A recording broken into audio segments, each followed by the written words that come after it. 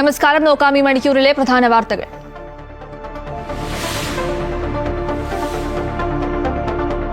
ഗാന്ധിജി നൽകിയ സംഭാവനകൾ വിലമതിക്കാനാവാത്തതെന്നും അദ്ദേഹത്തെ ആദരിക്കുന്നുവെന്നും RSS സർസംഘചാലക് ഡോക്ടർ മോഹൻ ഭാഗവത്.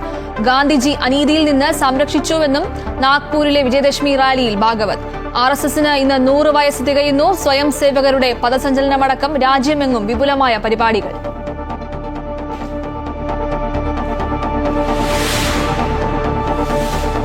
വിജയദശമി ദിനത്തിൽ ആദ്യാക്ഷരം കുറിച്ച് 100 കണക്കിന് കുഞ്ഞുങ്ങൾ. കൊല്ലൂർ മൂകാംബിക ക്ഷേത്രത്തിൽ ഉൾപ്പെടെ വൻ ഭക്തജന തിരക്ക്. സമ്പൂർണ്ണ വിജയത്തിന്റെയും പൂർണ്ണതയുടെയും പ്രതീകമാണ് വിജയദശമി എന്ന് സദ്ഗുരു ശ്രീ മാതാ അമൃതാനന്ദമയി ദേവി.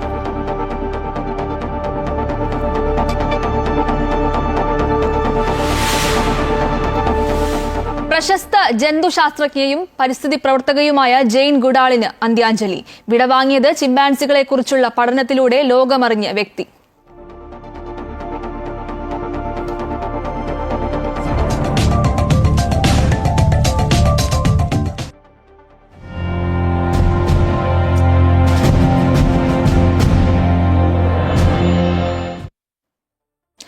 RSS ആസ്ഥാനമായ നാഗ്പൂരിൽ വിജയദശമി ആഘോഷം തുടരുന്നു. RSSന്റെ 1 വർഷം നീണ്ടു നിൽക്കുന്ന ശതാബ്ദി ആഘോഷങ്ങൾക്കാണ് തുടക്കമായിരിക്കുന്നത്. സ്വയം സേവകരുടെ പദസഞ്ചലനമടക്കം രാജ്യമെങ്ങും വിപുലമായ പരിപാടികളാണ് ഒരുക്കിയിട്ടുള്ളത്. സർസംഘചാലക് ഡോക്ടർ മോഹൻ ഭാഗവത് നാഗ്പൂരിൽ പ്രവർത്തകരെ അഭിസംബോധന ചെയ്തു. ഗാന്ധിജി നൽകിയ സംഭാവനകൾ വിലമതിക്കാനാവാത്തതെന്നും അദ്ദേഹത്തെ ആദരിക്കുന്നുവെന്നും RSS സർസംഘചാലക് ഡോക്ടർ മോഹൻ ഭാഗവത് പറഞ്ഞു. ഗാന്ധിജി അനീതിയിൽ നിന്ന് സംരക്ഷിച്ചുവെന്നും നാഗ്പൂരിലെ വിജയദശമി റാലിയിൽ ഭാഗവത് പറഞ്ഞു. हमारे लिए हम केवल उनके पड़ोसी हैं इसलिए नहीं, वो सब हमारे अपने देश है, इसलिए चिंता का विषय है. हितरक्षण से भी ज्यादा ये जो हमारा आत्मीयता का संबंध है, अपनेपन का संबंध है, उसके चलते ये चिंता होती है. परिस्थितियां ऐसी है, जैसा मैंने कहा, दोनों प्रकार है. सुखदायक रूप बहुत दिखता है, सुख सुविधा बढ़ी, मनुष्य के ज्ञान की विज्ञान की प्रगति हुई, व्यवस्थाएं आरामदायक बनी, राष्ट्र पास आए, माध्यमों के जरिए भी और आर्थिक लेन देन के जरिए भी. परंतु इस परिवर्तन की विज्ञान और तकनीकी की गति इतनी ज्यादा है कि मनुष्यों की गति का बदलने की और उसका तालमेल नहीं बैठ रहा है. इसलिए भी मनुष्य जीवन में कई प्रकार की समस्याएं, युद्ध, अन्य छोटे बड़े कलह, ये तो सब चल ही रहे. प्रकृति के उग्र प्रकोप को हम अनुभव कर रहे हैं, लेकिन परिवारों में भी टूटन आ रही है. नागरिक जीवन में बढ़ता हुआ अनाचार, अत्याचार दिखाई देता है.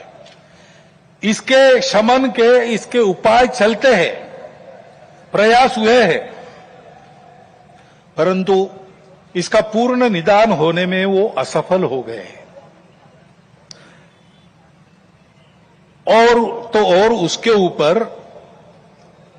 अस्वस्थता, कलह, हिंसा को बढ़ाते हुए विश्व में सब प्रकार की परंपरा, मांगल्य, संस्कृति, श्रद्धा, इसका संपूर्ण विनाश ही आगे परिवर्तन लाएगा. ऐसी उल्टी विचारधारा, विपरीत विचारधारा और घातक विचारधारा लेकर चलने वाला एक नया पंथ उदय में आया. बहुत രാഷ്ട്രീയ സ്വയം സേവക് സംഘ് ശതാബ്ദിയുടെ നിറവിൽ 1925 വിജയദശമി ദിനത്തിലാണ് RSS എന്ന സംഘടനയ്ക്ക് തുടക്കമാകുന്നത്.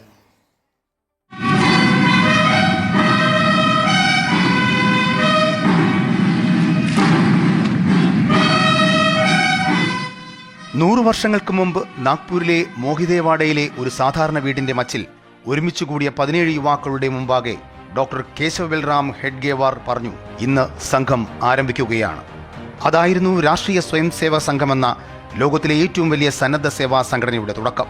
പ്രചാരണ കോലാഹലങ്ങളില്ലാതെ, സ്വന്തമായി ഒരു ഓഫീസില്ലാതെ, അംഗത്വ ഫീസോ എഴുതപ്പെട്ട ഭരണഘടനയോ തിരഞ്ഞെടുക്കപ്പെട്ട ഭാരവാഹികളോ ഇല്ലാതെ, സംഘടനയ്ക്ക് ഒരു പേര് പോലും ഇല്ലാതെയാണ് അതിന്റെ യാത്ര ആരംഭിച്ചത്. 1925 വിജയദശമിയുടെ പവിത്ര മുഹൂർത്തത്തിലാണ് ഒരു പ്രഖ്യാപനത്തിലൂടെ സംഘം തുടങ്ങിയത്. അങ്ങനെ കൂടിയ ഒരു കൂട്ടം പൗരന്മാർ രാഷ്ട്രീയ സ്വയം സേവക സംഘമായി രൂപപ്പെട്ടു. രാഷ്ട്രത്തിന്റെ വളർച്ചയ്ക്കുള്ള അച്ചടക്കമുള്ള കൂട്ടായ്മയായി ആ മഹാപ്രസ്ഥാനം വളർന്നു. സമൂഹത്തിന്റെ സംഘടനയെന്നാൽ സമൂഹവും സംഘവും സമകേന്ദ്രീകൃതവും സമവ്യാപ്തവും ആക്കുക എന്നർത്ഥം. സംഘം മുന്നോട്ട് വയ്ക്കുന്ന ആശയം ഭാരതീയ രാഷ്ട്രസങ്കല്പവുമായി ബന്ധപ്പെട്ടതാണ്. ഭാരതത്തെയും അതിലെ ജനങ്ങളെയും ദേവീരൂപത്തിൽ ഭാരതാംബയായി കണ്ട് സേവനം ചെയ്യുകയും ഭാരതത്തിന്റെ ആത്മീയ ധാർമ്മിക മൂല്യങ്ങളെ സംരക്ഷിക്കുകയും ഭാരതത്തിലെ ഹിന്ദുക്കളുടെ താൽപ്പര്യങ്ങൾ സംരക്ഷിക്കുകയുമാണ് ഈ സംഘടനയുടെ പ്രഖ്യാപിത ലക്ഷ്യം. ഹൈന്ദവം എന്നത് ഒരു മതമല്ല, മറിച്ചൊരു ജീവിത രീതിയാണെന്ന് RSS വിശ്വസിക്കുന്നു. സർസംഘചാലക് പദവിയാണ് RSSലെ ഏറ്റവും ഉയർന്ന പദവി. ഈ സ്ഥാനം നിശ്ചയിക്കുന്നത് മുൻഗാമിയായിരിക്കും. 2009 മുതൽ ഇന്നുവരെ ഡോക്ടർ മോഹൻ മധുകർ ഭാഗവതാണ് സർസംഘചാലക് പദവിയിലുള്ളത്. ശാഖ എന്നത് ശിഖിരം എന്നർത്ഥം വരുന്ന ഹിന്ദി പദമാണ്.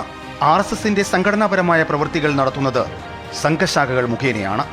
പൊതുസ്ഥലത്ത് 1 മണിക്കൂർ നിയമേന നടത്തപ്പെടുന്ന കൂടിച്ചേരലാണ് സംഘശാഖ. സംഘശാഖയിൽ പങ്കെടുക്കുന്ന വ്യക്തികളാണ് സ്വയം സേവകർ. കളികൾ, കായിക പരിപാടികൾ, സുഭാഷിതം, ദേശഭക്തി ഗാനങ്ങൾ, അമൃതവചനം, കഥകൾ, പ്രാർത്ഥന തുടങ്ങിയവ കൂടിച്ചേരുന്നതാണ് ശാഖ. സാമൂഹിക സേവനം, സാമൂഹിക അവബോധം വളർത്തൽ, ദേശസ്നേഹം വളർത്തൽ തുടങ്ങിയവയും മറ്റു പ്രവർത്തനങ്ങളാണ്. സംഘത്തിന്റെ ഔദ്യോഗിക വേഷത്തെ ഗണവേഷമെന്നാണ് അറിയപ്പെടുന്നത്. പ്രതിഫലം കൂടാതെ മുഴുവൻ സമയം പ്രവർത്തിക്കുന്ന പ്രവർത്തകരാണ് RSS പ്രചാരകർ. RSSനൊപ്പം നിൽക്കുന്ന സംഘപരിവാർ സംഘടനകളും ഏറെയുണ്ട്. RSSനെ 3 തവണ നിരോധിക്കപ്പെട്ടു. 1948 മഹാത്മാഗാന്ധി വധിക്കപ്പെട്ടതിന് പിന്നാലെയായിരുന്നു ആദ്യത്തെ നിരോധനം. RSS സംഘടനാ പ്രവർത്തകർ അപകടകരമായ പ്രവർത്തനങ്ങൾ നടത്തിയെന്നാരോപിച്ച് സർദാർ വല്ലഭായ് പട്ടേലിന്റെ നേതൃത്വത്തിലുള്ള കേന്ദ്ര ആഭ്യന്തര മന്ത്രാലയമാണ് നിരോധനം അന്ന് ഏർപ്പെടുത്തിയത്. എന്നാൽ രാഷ്ട്രീയ പ്രവർത്തനത്തിൽ നിന്നും മാറി നിൽക്കുമെന്ന അനൌദ്യോഗിക ഉറപ്പിന്മേൽ 18 മാസങ്ങൾക്ക് ശേഷം പട്ടേൽ തന്നെ നിരോധനം പിൻവലിച്ചു. അടിയന്തരാവസ്ഥക്കാലത്തായിരുന്നു RSSനുള്ള അടുത്ത നിരോധനം. ബാബറി മസ്ജിദ് വിഷയത്തിൽ 1992 മൂന്നാമതായി സർക്കാർ അന്ന് RSSനെ നിരോധിച്ചത്.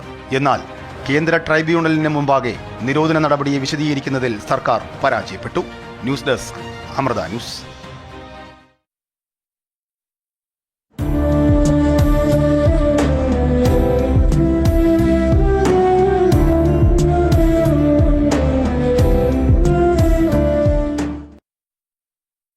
ലോകം മഹാത്മാവിന്റെ ഓർമ്മയിൽ രാഷ്ട്രപിതാവിന്റെ 156-ാം ജന്മദിനമാണ് ഇന്ന്. रघुपति राघव राजा राम पतित पावन सीताराम.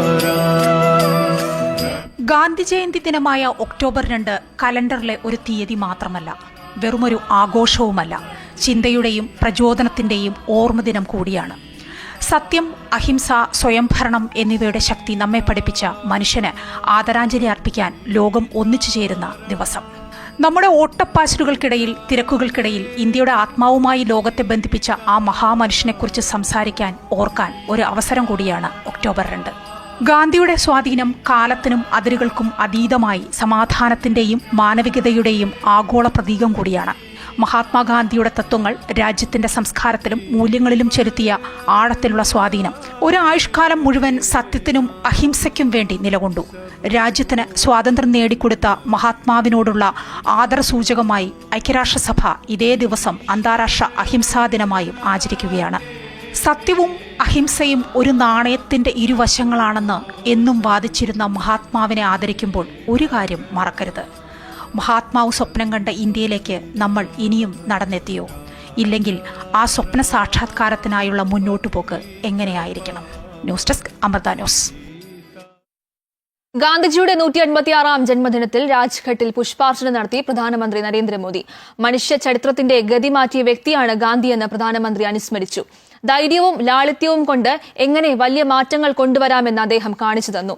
വികസിത് ഭാരത് കെട്ടിപ്പടുക്കാൻ ഗാന്ധിജിയുടെ പാത പിന്തുടരുമെന്നും മോദി പറഞ്ഞു. ഗാന്ധി ജയന്തി ആഘോഷങ്ങളുടെ ഭാഗമായി രാജ്യത്ത് വിവിധ ഭാഗങ്ങളിൽ ശുചിത്വ ക്യാമ്പയിനുകൾ നടക്കുകയാണ്.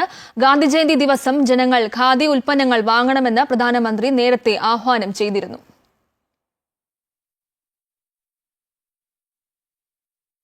രാഷ്ട്രപിതാവിന്റെ സ്മരണകൾ ഉണർത്തി പത്തനംതിട്ട വടക്കടത്ത് കാവിലെ ഗവൺമെന്റ് ഹയർ സെക്കൻഡറി സ്കൂളും സ്കൂൾ പരിസരത്തെ ആൽമരവും. ഹരിജനോദ്ധാരണ ഫണ്ട് ശേഖരണാർത്ഥം മഹാത്മാഗാന്ധി കേരള സന്ദർശനം നടത്തിയപ്പോഴാണ് ഇവിടേക്ക് എത്തുന്നത്. ഇവിടെ ആൽമര ചുവട്ടിലിരുന്ന് ജനങ്ങളുമായി സംവദിച്ചു. പൂർവികർക്ക് ലഭിച്ച ആ സന്ദർഭത്തെ ഓർത്ത് ഇന്നും അഭിമാനം കൊള്ളുകയാണ് ഇവിടത്തുകാർ. 1934 ജനുവരി 19 ഹരിജനോദ്ധാരണ ഫണ്ട് ഏറ്റുവാങ്ങാനും SNDP മുതലമായ TK മാധവസുധത്തിന് ശിലാസ്ഥാപനം നടത്താനുമാണ് രാഷ്ട്രപിതാവ് അടൂരിലെത്തിയത്. അടൂരിൽ നിന്നും വില്ലുവണ്ടിയിൽ വടക്കെടുത്തുകാവിലേക്ക്. വഴിയിലുടനീളം ജനം ആവേശത്തോടെ സ്വീകരിച്ചു. വടക്കെടുത്തുകാവിൽ ഇപ്പോഴത്തെ ഗവൺമെന്റ് ഹയർ സെക്കൻഡറി സ്കൂൾ സ്ഥിതി ചെയ്യുന്ന സ്ഥലത്തെ ആൽമരച്ചുവട്ടിൽ ജനങ്ങളുമായി സംവദിച്ചു. അദ്ദേഹം കേരളം സന്ദർശിച്ച കൂട്ടത്തിൽ അടൂരിലെ പല സ്ഥലങ്ങളിൽ എത്തുകയും പിന്നീട് അവിടെ നിന്ന് അടൂരിൽ നിന്നും വില്ലുവണ്ടിയിൽ ഇവിടെ കടന്നു വരുന്നതായും പിന്നീട് ഇവിടെ ഇരുന്ന് ഹരിജന ഉദ്ധാരണ ഫണ്ട് ശേഖരിക്കുകയും ചെയ്യുന്നതായിട്ടാണ് ചരിത്രം പറയുന്നത്. യഥാർത്ഥത്തിൽ ഞങ്ങൾ ഈ നാട്ടിൽ ജനിച്ചത് വളരെയധികം ഭാഗ്യമുള്ളവരായിട്ടാണ് ഞങ്ങൾ കരുതുന്നത്. കാരണം മഹാത്മജിയുടെ പാദസ്പർശമേറ്റ ഈ മണ്ണിൽ ജനിക്കാൻ സാധിച്ചത്, പിന്നീട് അദ്ദേഹം ഇവിടെ വന്നിരുന്ന ഈ സ്കൂളിൽ പഠിക്കുവാൻ സാധിച്ചതൊക്കെ വലിയ ഒരു നേട്ടമായി, ഒരു ഭാഗ്യമായി കരുതുന്നവരാണ് ഞങ്ങൾ. 2012 ജില്ലാ പഞ്ചായത്ത് സ്കൂൾ പരിസരത്തെ ആൽമരച്ചുവട്ടിൽ മഹാത്മാഗാന്ധിയുടെ പ്രതിമ സ്ഥാപിച്ചിരുന്നു. എന്നാൽ 2 വർഷം മുൻപ് ആൽമരത്തിലെ ശിഖരം മുറിച്ചു മാറ്റിയപ്പോൾ പ്രതിമയ്ക്ക് കേടുപാട് സംഭവിച്ചു. പിന്നീട് നാട്ടുകാരുടെ പ്രതിഷേധത്തെ തുടർന്ന് വീണ്ടും ജില്ലാ പഞ്ചായത്തിന്റെ ഫണ്ട് ഉപയോഗിച്ച് പുതിയ പ്രതിമ സ്ഥാപിക്കുന്നതിനുള്ള പ്രവർത്തനങ്ങൾ പുരോഗമിക്കുകയാണ്. അമൃത ന്യൂസ്, പത്തനംതിട്ട. മുൻ പ്രധാനമന്ത്രി ലാൽ ബഹദൂർ ശാസ്ത്രിയുടെ ജന്മദിനത്തിൽ അദ്ദേഹത്തിന് ആദരമർപ്പിച്ച് പ്രധാനമന്ത്രി നരേന്ദ്രമോദി. അദ്ദേഹത്തിന്റെ സമാധി സ്ഥലമായ വിജയ്ഘട്ടിലെത്തിയാണ് പ്രധാനമന്ത്രി പുഷ്പാർച്ചന നടത്തിയത്.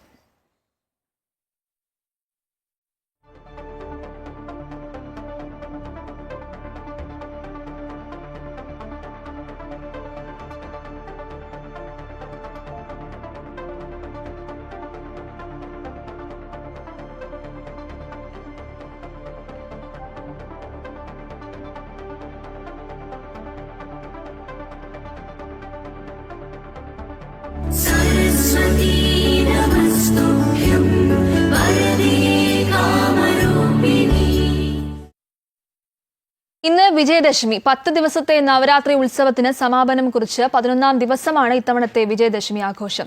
നൂറുകണക്കിന് കുഞ്ഞുങ്ങൾ അറിവിന്റെ ആദ്യാക്ഷരം കുറിച്ചു. കൂടുതൽ വിവരങ്ങളുമായി തിരുവനന്തപുരം പൗർണമിക്കാവ് ക്ഷേത്ര സന്നിധിയിൽ നിന്നും ആതിര രാധാകൃഷ്ണൻ ചേരുന്നുണ്ട്. ആതിര, ഈ പൗർണമിക്കാവിൽ വിദ്യാരംഭ ചടങ്ങുകൾക്ക് തുടക്കമായി. എന്തൊക്കെയാണ് വിവരങ്ങൾ? നവരാത്രി മഹോത്സവത്തിന്റെ ഒരു സമാപന നാളുകളിലേക്ക് വന്നിരിക്കുകയാണ്. ഇന്ന് വിജയദശമി ദിനത്തിൽ സംസ്ഥാനത്തൊട്ടാകെ ആയിരക്കണക്കിന് കുട്ടികളാണ് ഇത്തരത്തിൽ ആദ്യാക്ഷരം കുറിക്കുന്നത്, വിദ്യാരംഭം കുറിക്കുന്നത്. ഇപ്പോഴുള്ളത് ഞാൻ തിരുവനന്തപുരം പൗർണമിക്കാവ് ക്ഷേത്രത്തിലാണ്, വെങ്ങാനൂരുള്ള പൗർണമിക്കാവ് ക്ഷേത്രത്തിലാണ്. ഇവിടെ ഏകദേശം 400-ലധികം കുട്ടികളാണ് ഇന്ന് വിദ്യാരംഭ ദിനത്തിൽ ആദ്യാക്ഷരം കുറിക്കുവാനായി രജിസ്റ്റർ ചെയ്തിട്ടുള്ളത്.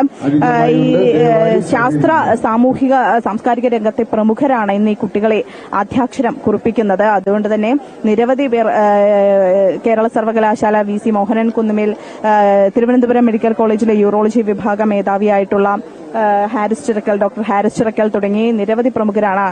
ഇസ്രോ മുൻ ചെയർമാൻമാർ, അതുപോലെ തന്നെ ഡോക്ടർമാർ, IAS ഉദ്യോഗസ്ഥർ തുടങ്ങി നിരവധി പേരാണ് ഇന്ന് ഇവിടെ ഈ കുട്ടികൾക്ക് ഇത്തരത്തിൽ ആദ്യാക്ഷരം കുറിക്കുവാനായി വിശിഷ്ട അതിഥികളായി എത്തിയിട്ടുള്ളത്.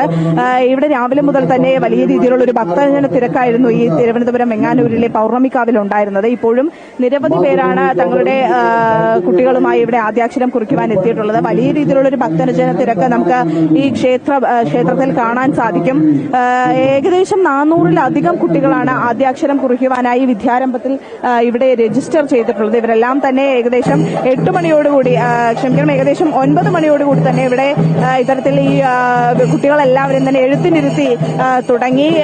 നിരവധി പേരാണ് ഇവിടെ ഈ ക്ഷേത്രത്തിൽ ദർശനത്തിന് എത്തുന്നത്. രാവിലെ മുതൽ തന്നെ വലിയ രീതിയിലുള്ള ഭക്തജന തിരക്ക് ക്ഷേത്രത്തിലുണ്ടായിരുന്നു.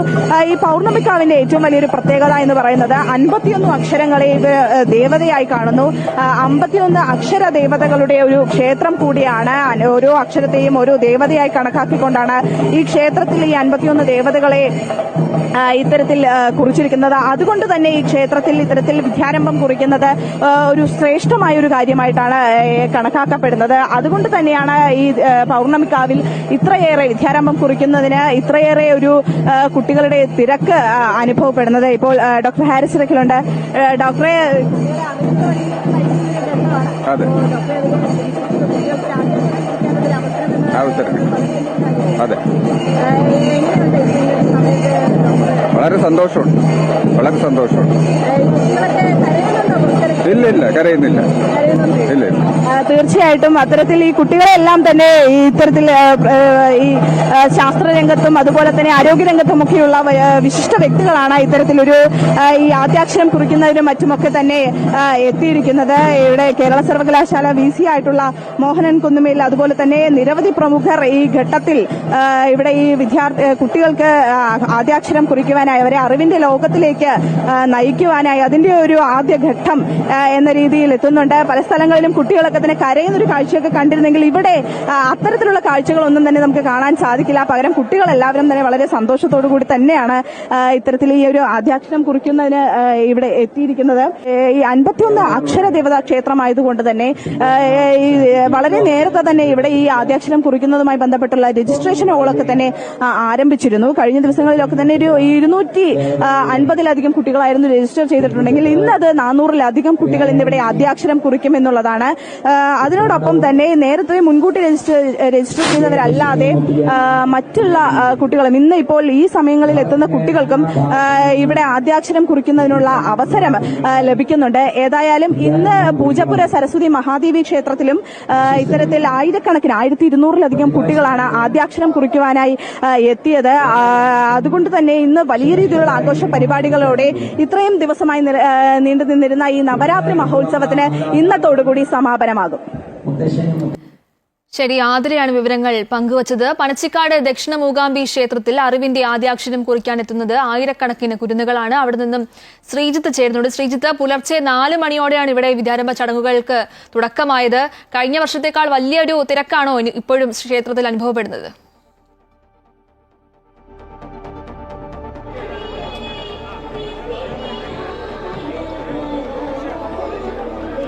ഗോപിക, അക്ഷരമുറ്റത്തേക്ക് പിച്ചവെക്കാൻ നിരവധി കുരുന്നുകൾ. രാവിലെ 4 മണി മുതൽ തന്നെ ക്ഷേത്രം ജനനിബിഡമായിരുന്നു. പുലർച്ചെ 4 മണിയോടുകൂടിയാണ് ഇവിടെ പൂജയെടുപ്പ് നടന്നത്. അതിനുശേഷം വിദ്യാരംഭ ചടങ്ങുകൾ അപ്പോൾ തന്നെ ആരംഭിക്കുകയും ചെയ്തു. ഏറ്റവും പുലർച്ചെ വിദ്യാരംഭ ചടങ്ങുകൾ ആരംഭിച്ച കേരളത്തിലെ ഒരു ക്ഷേത്രം കൂടിയാണ് പനച്ചിക്കാട് ക്ഷേത്രം. നമ്മളിപ്പോൾ കാണുന്ന ദൃശ്യങ്ങളിൽ ഇപ്പോഴും തിരക്ക് ഒട്ടും കുറഞ്ഞിട്ടില്ല. സരസ്വതി നടയ്ക്ക് നേരെ എതിർവശത്തായി ക്രമീകരിച്ചിരിക്കുന്ന ഒരു വിദ്യാമണ്ഡപത്തിൽ 56 ആചാര്യന്മാരാണ് ഇത്തവണ കുട്ടികളെ എഴുത്തിനിരുത്തുന്നത്. പരമ്പരാഗത രീതിയിൽ തന്നെയാണ് നാവിൽ സ്വർണ്ണം കൊണ്ട് ഹരിശ്രീ ഗണപതായ നമ എന്നുള്ള കാര്യങ്ങൾ എഴുതി പിന്നീട് അരിയിലും എഴുതുന്ന ദൃശ്യങ്ങൾ നമുക്ക് കാണാൻ കരഞ്ഞും ചിരിച്ചുമൊക്കെ അക്ഷരലോകത്തേക്ക് പിച്ചവയ്ക്കുന്ന ആയിരക്കണക്കിന് കുരുന്നുകളാണ് ഇവിടെയുള്ളത്. ഏതാണ്ട് 1,00,000 ലക്ഷത്തിനടുത്ത് ആളുകൾ ഇവിടെ വിദ്യാരംഭം കുറിക്കുന്നു എന്നാണ് കണക്കുകൾ. ഇത്തവണയും സമാനമായ സാഹചര്യം തന്നെയാണ്. കാരണം നിരവധി ആളുകൾ ബാരിക്കേഡിനുള്ളിൽ ഇപ്പോഴും മണിക്കൂറുകളായി ക്യൂ നിൽക്കുന്ന കാഴ്ചയും നമുക്ക് ഇവിടെ നിന്ന് കാണാൻ സാധിക്കുന്നുണ്ട്. മികച്ച ക്രമീകരണങ്ങൾ ഏർപ്പെടുത്തിയിട്ടുണ്ടെന്നുള്ളത് ഒരു വളരെ എടുത്തു പറയേണ്ട ഒരു കാര്യമാണ്. വലിയ ബുദ്ധിമുട്ടില്ലാതെ തന്നെ ആളുകൾക്ക് കുഞ്ഞുങ്ങളുമായി എത്തി, പ്രത്യേകിച്ച് കുടുംബസമേതമാണ് എല്ലാവരും എത്തുന്നത്. മാത്രമല്ല അക്ഷരം എഴുതി കഴിഞ്ഞവർ, അതായത് വലിയ മുതിർന്നവർക്ക് അവരുടെ ഈ വിദ്യാരംഭ ദിനത്തിൽ നമ്മൾ സാധാരണ ചെയ്യുന്ന എഴുതുന്ന ഇത്, അതായത് അക്ഷരത്തിൻ്റെ ഓർമ്മ അല്ലെങ്കിൽ അക്ഷരചൈതന്യം വീണ്ടും ആവാഹിക്കുന്ന ആ ഒരു വിശ്വാസം, അത് ഇവിടെ പരമ്പരാഗത രീതിയിൽ തന്നെ പൂഴിമണൽ നമുക്ക് സരസ്വതി മുറ്റത്ത് അല്ലെങ്കിൽ സരസ്വതി ക്ഷേത്രത്തിൻ്റെ നേരെ എതിർവശത്ത് നിന്ന് നമുക്കത് ചെയ്യാൻ കഴിയുന്നുണ്ട്. നമ്മളിപ്പോൾ കാണുന്ന ദൃശ്യം പനച്ചിക്കാട് ദേവിയുടെ മൂലവിഗ്രഹത്തിന് എതിരെ സ്ഥാപിച്ചിരിക്കുന്ന ഒരു വിഗ്രഹത്തിലാണ് പൂജ നടത്തുന്നത്. മൂലവിഗ്രഹം വള്ളിപ്പടർപ്പുകൾക്കിടയിൽ മറഞ്ഞു നിൽക്കുകയാണ്. അതിൽ പൂജ ചെയ്യുക പതിവില്ല. അത് കൊല്ലൂർ മൂകാംബികയുടെ ദേവിയുടെ ചൈതന്യം ആവാഹിക്കപ്പെട്ട ആ ഒരു മൂലവിഗ്രഹം വള്ളിപ്പടർപ്പുകൾക്കുള്ളിലാണ് സ്ഥിതി ചെയ്യുന്നത്. അതിനെ എതിർവശത്തായി സ്ഥാപിച്ചിരിക്കുന്ന പ്രതിവിഗ്രഹത്തിലാണ് പൂജയും അർച്ചനയും നടക്കുന്നത്. നിരവധി ആളുകൾ ഇപ്പോൾ അർച്ചനയ്ക്കും ദർശനത്തിനുമായി ക്ഷേത്രത്തെ ചുറ്റി വരുന്ന ഒരു കാഴ്ച നമുക്ക് ദൃശ്യങ്ങൾ കാണാം. വിഷ്ണു പ്രതിഷ്ഠ ഉള്ള ഒരു ക്ഷേത്രം കൂടിയാണ്. വിഷ്ണു നടയിൽ തൊഴുത ശേഷമാണ് ആളുകൾ സരസ്വതി ക്ഷേത്ര നടയിലേക്ക് എത്തിച്ചേരുന്നത്. ഇവിടെ ശ്രീകോവിലോ സോപാനമോ ഒന്നുമില്ലാത്ത വളരെ പ്രകൃതിയോട് ലയിച്ചിരിക്കുന്ന ഒരു ദേവി വിഗ്രഹമാണ് ഇവിടെ ഉള്ളത്. ഒരു തെളിനീരുറവ ചുറ്റും കടന്നു പോകുന്നുണ്ട്. സൗവർണിയും കൊല്ലൂർ മൂകാംബിയും ഒക്കെയായി ബന്ധപ്പെട്ട ഐതിഹ്യവും സാമീപ്യവും ഒക്കെ തന്നെ ഇവിടെ എത്തുന്ന ഭക്തർക്ക് ആ ചൈതന്യവും ഒക്കെ സ്പർശിച്ചറിയാൻ കഴിയുന്നു എന്നുള്ളതാണ് ഏറ്റവും പ്രധാനപ്പെട്ട കാര്യം. എന്തായാലും വളരെ ഐശ്വര്യമായ രീതിയിൽ ഇപ്പോൾ ആളുകൾ ദർശനം നടത്തി അക്ഷരപൂജ നടത്തി മടങ്ങുന്നൊരു കാഴ്ച കാണുന്നു. വൈകുന്നേരം 4 മണിവരെ ഈ ഒരു ഒഴുക്ക് തുടരുക തന്നെ ചെയ്യും. 365 ദിവസവും ഇവിടെ അക്ഷരപൂജയ്ക്കുള്ള സൗകര്യമുണ്ട് എന്നുള്ളതൊരു പ്രത്യേകതയുണ്ട്. ഇതുകൂടാതെ ചോറ്റാനിക്കര ക്ഷേത്രത്തിലും ഇപ്പോൾ ഈ എഴുത്തിരുത്തി ചടങ്ങുകൾ പുരോഗമിച്ചുകൊണ്ടിരിക്കുകയാണ്. രാവിലെ 8 മണിയോടുകൂടിയാണ് അവിടുത്തെ ചടങ്ങുകൾ തുടങ്ങിയത്. പന്തീരടി പൂജയ്ക്ക് ശേഷം അവിടെ ചടങ്ങുകൾ ആരംഭിച്ചു. കഴിഞ്ഞ കുറേ ദിവസങ്ങളായി നവരാത്രി പൂജയുമായി ബന്ധപ്പെട്ട് അവിടെ വിവിധ ആഘോഷങ്ങൾ സംഘടിപ്പിച്ചിരുന്നു. സമാനമായി ദക്ഷിണ മൂകാംബി എന്നറിയപ്പെടുന്ന വടക്കൻ പറവൂരിലെ ക്ഷേത്രത്തിലും അവിടെയും കൊല്ലൂർ മൂകാംബിക ദേവിയുടെ സങ്കല്പം വെള്ളത്താമരയിൽ ദേവി സുപ്രഭസ്തധാരിയായി ഇരിക്കുന്നു എന്ന സങ്കല്പം തന്നെയാണുള്ളത്. അവിടെ സരസ്വതി സരസ്വതി നടയിലേക്ക് ആ ക്ഷേത്രചേതനെ ആവാഹിച്ച് അവിടെ വെച്ചാണ് കുട്ടികളെ എഴുത്തിനിരുന്നത്. Devaswom board president PS Prashanth അടക്കമുള്ള പ്രമുഖർ അവിടെ എത്തിയിരുന്നു. എന്തായാലും മധ്യ കേരളത്തിൽ പൊതുവെ എല്ലാ ക്ഷേത്രങ്ങളിലും നല്ല തിരക്കാണ് അനുഭവപ്പെടുന്നത്. നിരവധി കുരുന്നുകളാണ് ഇന്ന് അക്ഷരലോകത്തേക്ക് പിച്ചവെക്കാൻ എത്തിയത്. വളരെ മനോഹരമായൊരു കാഴ്ച, ആ ഒരു അറിവിൻ്റെ ലോകത്തിലേക്ക് കുട്ടികൾ നടന്നു നടക്കുന്ന കാഴ്ച നമുക്ക് ഈ ക്ഷേത്രങ്ങളിലെല്ലാം തന്നെ കാണാൻ കഴിഞ്ഞു. ഗോപിക. ശരി, ശ്രീജിത്താണ് വിവരങ്ങൾ പങ്കുവച്ചത്. വിജയദശമി ദിനത്തിൽ അറിവിന്റെ ലോകത്തേക്ക് ആദ്യ ചുവട് വെച്ച് കുരുന്നുകൾ പാരമ്പര്യത്തിന്റെ പവിത്രതയോടെ ക്ഷേത്രങ്ങളിലും സാംസ്കാരിക കേന്ദ്രങ്ങളിലും വീടുകളിലും എഴുത്തിനിരുത്ത ചടങ്ങുകൾ നടന്നു. കോഴിക്കോട് അഴകൊടി ക്ഷേത്രത്തിൽ മേൽശാന്തി ശ്രീകൃഷ്ണപ്രസാദ് ഭട്ടിന്റെ നേതൃത്വത്തിൽ രാവിലെ 8 മണിയോടെയാണ് വിദ്യാരംഭ ചടങ്ങുകൾ ആരംഭിച്ചത്. ചടങ്ങിൽ നിരവധി കുരുന്നുകളാണ് ആദ്യാക്ഷരം കുറിച്ചത്. തളി മഹാക്ഷേത്രത്തിലും ചടങ്ങുകൾ പുരോഗമിക്കുകയാണ്. വിജയദശമി ആഘോഷ നിറവിലാണ് ഉത്തരേന്ത്യയും. ഡൽഹി ഉത്തര ഗുരുവായൂരപ്പൻ ക്ഷേത്രത്തിൽ 100 കണക്കിന് കുരുന്നുകൾ ആദ്യാക്ഷരം കുറിച്ചു. ക്ഷേത്രം മേൽശാന്തി അരീക്കര വാസുദേവൻ നമ്പൂതിരി കുരുന്നുകൾക്ക് ആദ്യാക്ഷരം പകർന്നു നൽകി. 100-ലധികം കുരുന്നുകൾ ക്ഷേത്രാങ്കണത്തിൽ വിദ്യാരംഭം കുറിച്ചു. വിദ്യാരംഭത്തോടനുബന്ധിച്ച് പ്രത്യേക ചടങ്ങുകളും പൂജകളും ഉണ്ടായിരുന്നു.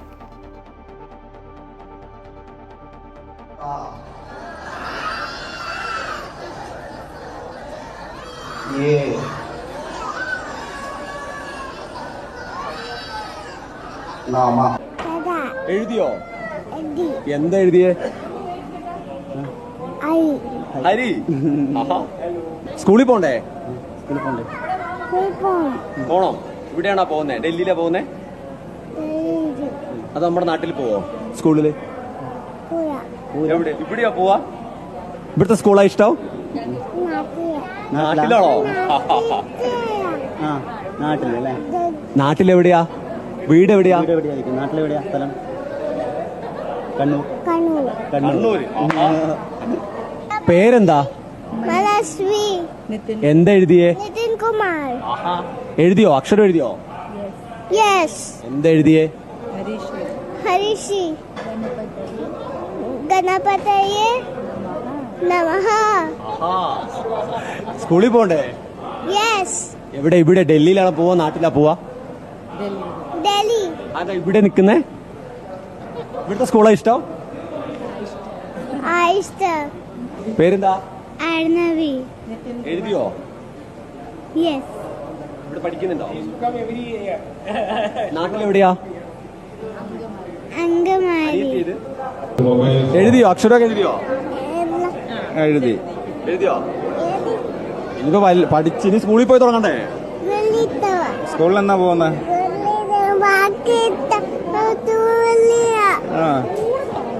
സ്കൂളിൽ പോവാന്ന് പറ. സ്കൂളിൽ പോണ്ടേ? സ്കൂളിൽ നാളെ തൊട്ട് പോവാന്ന് പറ.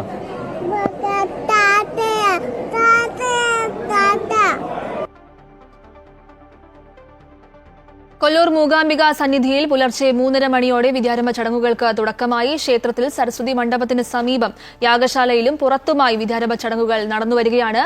കൊല്ലൂരിൽ നിന്നും അനൂപ് നീലേശ്വരം തയ്യാറാക്കിയ റിപ്പോർട്ടിലേക്ക്. കൊല്ലൂരിലെ നവരാത്രി ആഘോഷങ്ങളുടെ വിശേഷങ്ങൾ, അതുപോലെ തന്നെ ഇവിടെ ഇപ്പോൾ നടന്നു വരുന്ന വിദ്യാരംഭ ചടങ്ങുകൾ. പുലർച്ചെ 3:30 മണി മുതൽ തന്നെ ക്ഷേത്രത്തിൽ വിദ്യാരംഭ ചടങ്ങുകൾ നടന്നു വരികയാണ്. അതിൻ്റെ വിശേഷങ്ങൾ പങ്കുവയ്ക്കുകയാണ് ക്ഷേത്രം ട്രസ്റ്റിയായ ശ്രീ അഭിലാഷ് നമ്മോട്. എന്തൊക്കെയാണ് ഇവിടെ ഇന്ന് വിദ്യാരംഭത്തിനായി നടത്തിയ ഒരുക്കങ്ങൾ? ഇന്ന് വിദ്യാരംഭത്തിനായി രാവിലെ 3 മണിക്ക് നട തുറന്നു. വിജയദശമിയാണ്. 3 മണി തൊട്ട് വിദ്യാരംഭത്തിനുള്ള കുരുന്നുകളുടെ എഴുത്തിരുന്ന് ആരംഭിച്ചിരിക്കുകയാണ്.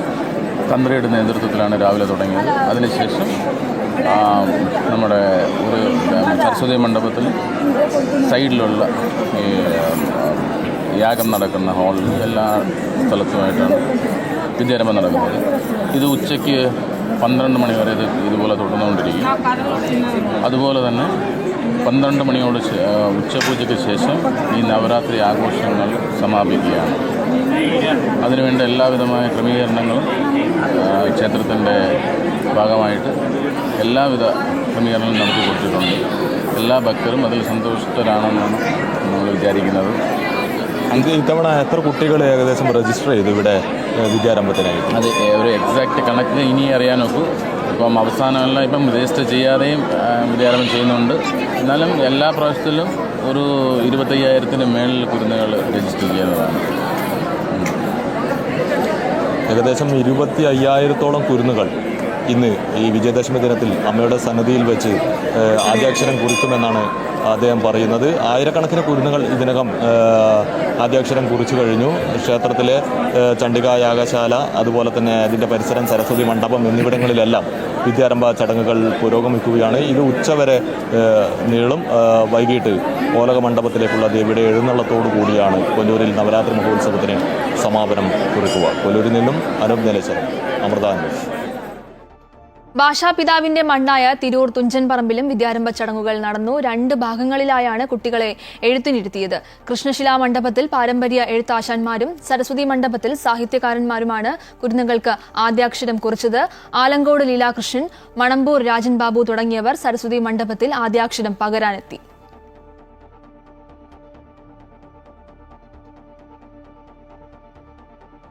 തൃശൂർ തിരുവുള്ളക്കാവ് ശ്രീ ധർമ്മശാസ്താ ക്ഷേത്രത്തിൽ വിദ്യാരംഭ ചടങ്ങുകൾ നടക്കുകയാണ്. പുലർച്ചെ 4 മുതൽ ക്ഷേത്ര സരസ്വതി മണ്ഡപത്തിൽ എഴുത്തിനിരുത്തൽ ചടങ്ങ് ആരംഭിച്ചു. വൈകിട്ട് 6 വരെ നടക്കും.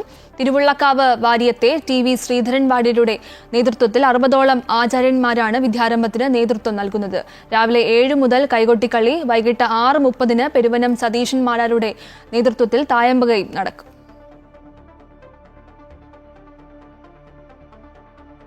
തിരുവനന്തപുരം ശിശുക്ഷേമ സമിതിയിലെ കുട്ടികൾക്ക് മന്ത്രി വി ശിവൻകുട്ടി വിദ്യാരംഭം കുറിച്ചു. അമ്മ എന്നും സ്നേഹമെന്നുമാണ് ആദ്യാക്ഷരമായി കുറിപ്പിച്ചത്.